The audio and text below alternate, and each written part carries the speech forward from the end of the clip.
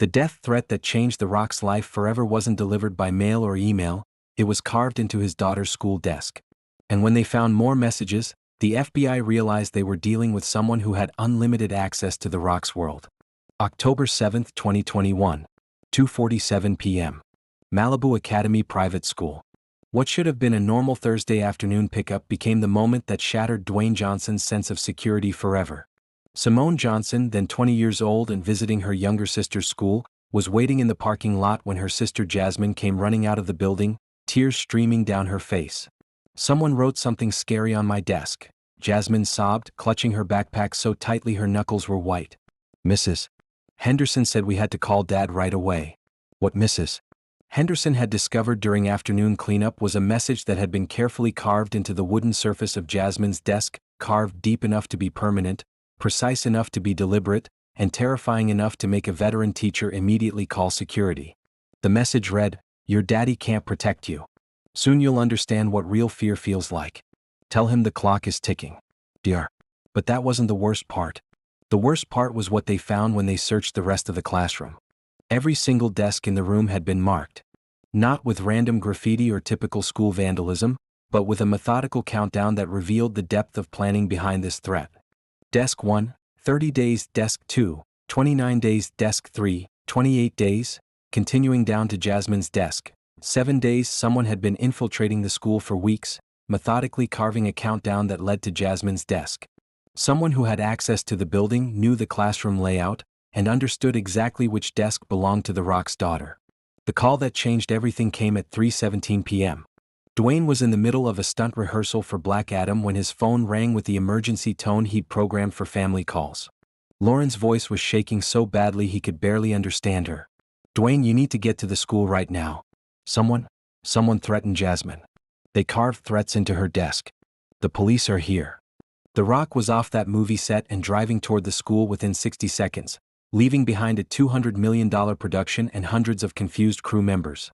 Because in that moment, nothing mattered except getting to his daughter. What he found when he arrived at Malibu Academy was a scene that looked like something from a crime drama. Police cars filled the parking lot. FBI agents were photographing every desk in Jasmine's classroom. School administrators were evacuating students through back exits to avoid the media that had somehow already learned about the threat. Special Agent Sarah Martinez of the FBI's Threat Assessment Division was waiting for Dwayne in the principal's office. Her expression told him everything he needed to know. This wasn't just school vandalism. "Mr. Johnson," Agent Martinez said, her voice grim, "we need to discuss your family's security situation. What we're looking at here isn't a random threat. This is a sophisticated stalking operation that's been going on for at least a month." She showed him photos of the carved messages, but also something worse. Evidence that someone had been systematically gathering intelligence on his family's routine. "The person doing this knows which entrance your daughter uses, what time she arrives at school, where she sits in each classroom, and probably much more about your family's daily patterns," Martinez explained. "The countdown suggests they're building towards some kind of action, and we need to assume they have the capability to follow through." That's when Agent Martinez delivered the news that made Dwayne's blood run cold. "Mr. Johnson, this isn't the first threat we've received involving your family. Over the past 6 weeks, we've intercepted similar messages targeting you and your wife. But this is the first time the threatener has demonstrated physical access to your family members." The FBI had been secretly investigating threats against The Rock for over a month, but they hadn't informed him because most celebrity threats turn out to be empty fantasies from obsessed fans. This was different. This showed planning, access, and escalation. "We believe you're dealing with someone who has legitimate access to your family's world," Martinez continued. "Either someone who works at the school, someone in your professional circle, or someone who's been conducting surveillance for an extended period." The investigation that followed revealed the terrifying scope of the stalking operation. Within 48 hours, FBI forensic teams had found evidence of the threat at multiple locations connected to The Rock's life. At his home gym, he thinks he's strong, but everyone breaks eventually, scratched into the mirror at Lauren's favorite coffee shop. "She's beautiful when she doesn't know she's being watched," written on the bathroom wall at his production company office. "Success won't save him," carved into his parking space at Jasmine's dance studio. "Innocent little princess, daddy's pride and joy," etched into the studio mirror. The pattern was clear. Someone had been methodically infiltrating every aspect of The Rock's family life, leaving psychological breadcrumbs designed to create maximum fear and paranoia. But the most chilling discovery came when FBI cybercrime specialists analyzed the threatener's digital footprint. Mr. Johnson, Agent Martinez said during their emergency briefing, "Whoever is doing this has access to your family's private information that goes beyond normal stalking. They know your travel schedule, your children's activities, your wife's appointments, even your workout routine. This suggests either a security breach in your organization or someone with legitimate access who's been gathering intelligence." The FBI's working theory was terrifying. The Rock was being stalked by someone within his own circle. The suspect list included anyone with regular access to family information: household staff, personal assistants, security team members, school employees, gym trainers, and business associates. Suddenly, everyone in Dwayne's life became a potential threat. "We're dealing with what we call an insider threat," Martinez explained. "Someone who's been hiding in plain sight, using their legitimate access to gather information and plan whatever they're building toward." The security overhaul that followed was immediate and comprehensive.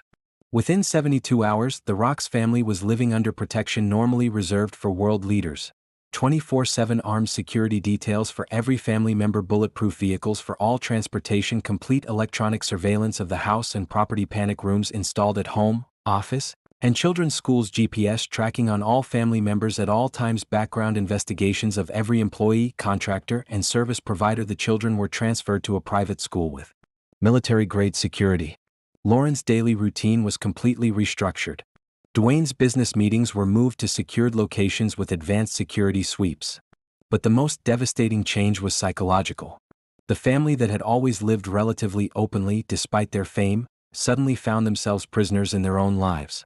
"We went from being a normal family who happened to be famous to being hostages of our own success," Lauren would later reflect. Every knock at the door, every unexpected phone call, every stranger who looked too long became a potential threat. The breakthrough in the case came from an unexpected source: Jasmine herself. 3 weeks after the initial threat, while working with FBI behavioral analysts, Jasmine mentioned something that investigators had overlooked. "The person who carved the message knew I was left-handed," she said during her interview. "The writing on my desk was angled the way I would carve if I was sitting in my seat. Most people wouldn't know that unless they'd watched me work." This detail narrowed the suspect pool significantly. Only someone who had observed Jasmine in her classroom environment would know her dominant hand and how she positioned herself at her desk. The investigation focused on school personnel with access to Jasmine's classroom after hours. Security footage from the past month was analyzed frame by frame. Background checks were run on every teacher, administrator, custodian, and volunteer. On November 2, 2021, they found their suspect. David Reeves, a 34-year-old night custodian at Malibu Academy, had been working at the school for 8 months. His background check had been clean when he was hired, but deeper investigation revealed a history of celebrity obsession and stalking that had been carefully hidden. Reeves had spent 2 years planning his approach to the Rock's family. He'd deliberately sought employment at the school to gain access to Jasmine. He'd used his custodial access to plant surveillance devices, gather intelligence, and leave his threatening messages. But the most disturbing discovery was what investigators found in Reeves's apartment: a shrine to the Rock containing thousands of photos, detailed family schedules, and a manifesto outlining his plan to humble the false idol by taking what he loves most. The plan, according to FBI analysis, was to escalate from psychological terrorism to actual kidnapping. The countdown carved into the school desks was building toward November 15th, the day Reeves planned to abduct Jasmine from school and demand that the Rock publicly admit his weakness and beg for his daughter's life in a live-streamed video. David Reeves was arrested on November 3, 2021, just 12 days before his planned attack. He was charged with stalking, terrorist threats, conspiracy to commit kidnapping, and multiple federal crimes related to his surveillance and planning activities. During his confession, Reeves revealed the depth of his obsession and resentment toward the Rock. "He thinks he's better than everyone else," Reeves told investigators. "All that motivational garbage, all that be your best nonsense. I wanted to show the world that he's just as weak and helpless as the rest of us when someone takes what matters to him." The case against Reeves was airtight. He was sentenced to 25 years in federal prison without the possibility of parole. But for the Rock's family, the legal victory couldn't undo the psychological damage. The security measures that had been implemented as emergency precautions became permanent features of their lives. The children grew up understanding that their safety required constant vigilance. Family vacations required advanced security teams. Simple activities like going to restaurants or movies became complex operations involving multiple layers of protection. The hardest part wasn't the threat itself, Dwayne reflected years later. It was realizing that our daughter's innocence had been stolen by someone's sick obsession with our family. She went from being a carefree kid to someone who understands that there are people in the world who want to hurt her just because of who her father is. But the experience also revealed the strength of the Rocks family bonds. Instead of letting fear control their lives, the Johnsons used the experience to become closer, more appreciative of each other, and more aware of the precious nature of their time together. We learned that security isn't just about bodyguards and cameras, Lauren said. It's about protecting not just our physical safety, but our ability to love each other without fear, to trust each other completely, and to create joy even when the world feels dangerous. Today the Rocks family still lives, with enhanced security measures, but they've found ways to maintain normalcy within those constraints. The children understand their unique circumstances but haven't let those circumstances define their lives. The threat that was meant to destroy their sense of safety ultimately made them stronger, more united, and more grateful for every ordinary moment they share together.